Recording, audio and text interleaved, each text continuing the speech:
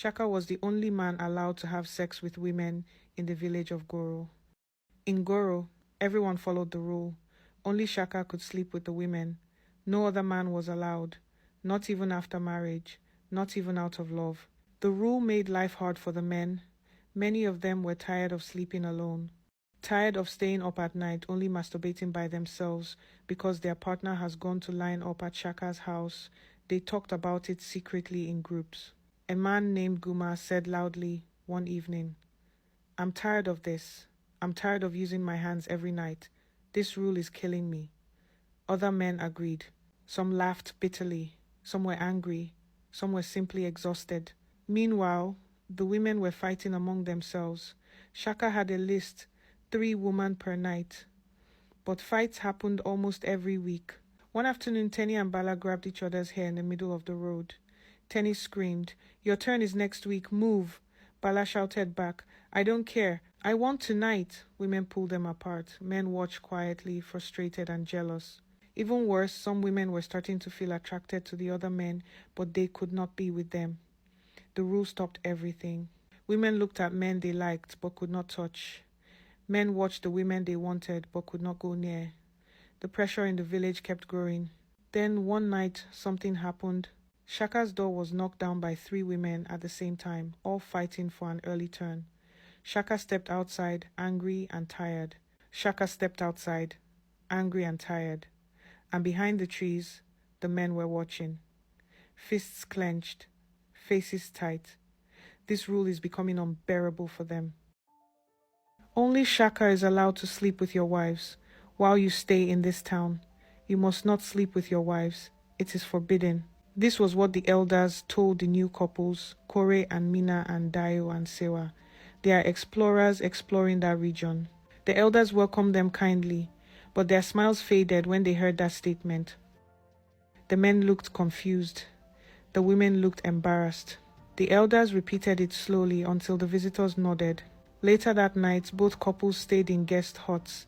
Kore whispered to Mina, "This is strange. Why must we follow this?" Mina shrugged. "We are guests. Let's respect them." The same happened in Dayo and Sewa's hut. The men were restless. They were used to being with their wives whenever they wanted. Now they had to stop. The next day, the women were taken to meet Shaka. Shaka welcomed them politely, calm and confident. He explained the rule to them again. The women nodded. But they both stared at him longer than expected. By the 3rd night, the whispers began. People said Mina and Sewa had already started spending their nights with Shaka. The rule allowed it. Kore and Dayo acted calm, but inside they were boiling. When Mina and Sewa returned each morning, they looked different. Relaxed, smiling, soft, happy. The husbands noticed this immediately. Kore asked Mina, "Do you really have to do this every night?" She answered quietly, "It's their rule, and Shaka treats me very well here." Dayo asked Sewa the same. She said, "He is gentle and respectful. I feel safe with him." These answers cut deep. The men felt powerless.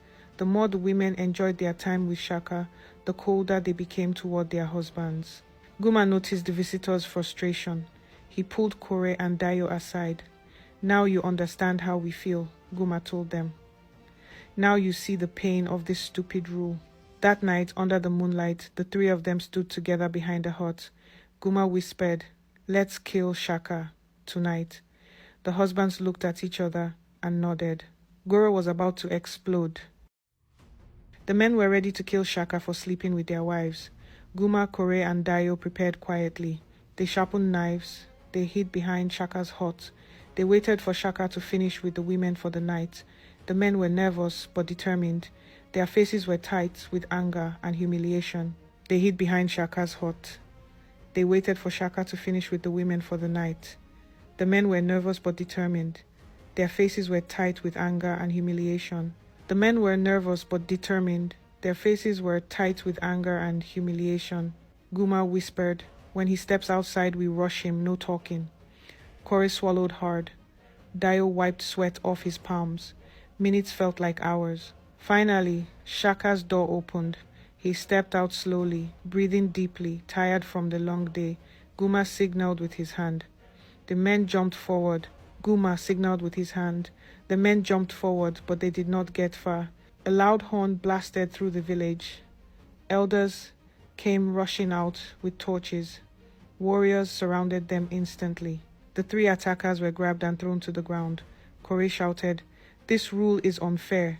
He took our wives." Dio yelled, "They like him more than us now." But the village elders did not show sympathy.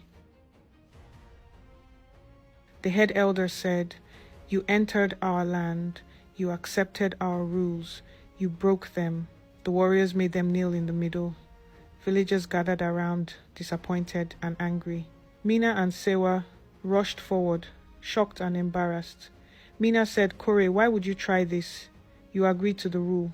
Sewa said, "Dayo, what were you thinking? This is not your home." Their wives stood beside Shaka instead of their husbands. This hurt the men even more. The elders continued, "Our culture has kept peace for generations. No outsider or angry husband will destroy it. Shaka's role remains." The crowd agreed loudly. Guma, Kore, and Dayo were forced to apologize in front of the entire village. They lowered their heads and admitted they were wrong. Once the apologies were made, the elders allowed the couples to leave Goro the next morning. They walked out silently, ashamed. Back in Goro, the villagers returned to their normal life. The women resumed following the list. The men stayed in their place. Shaka continued his duty.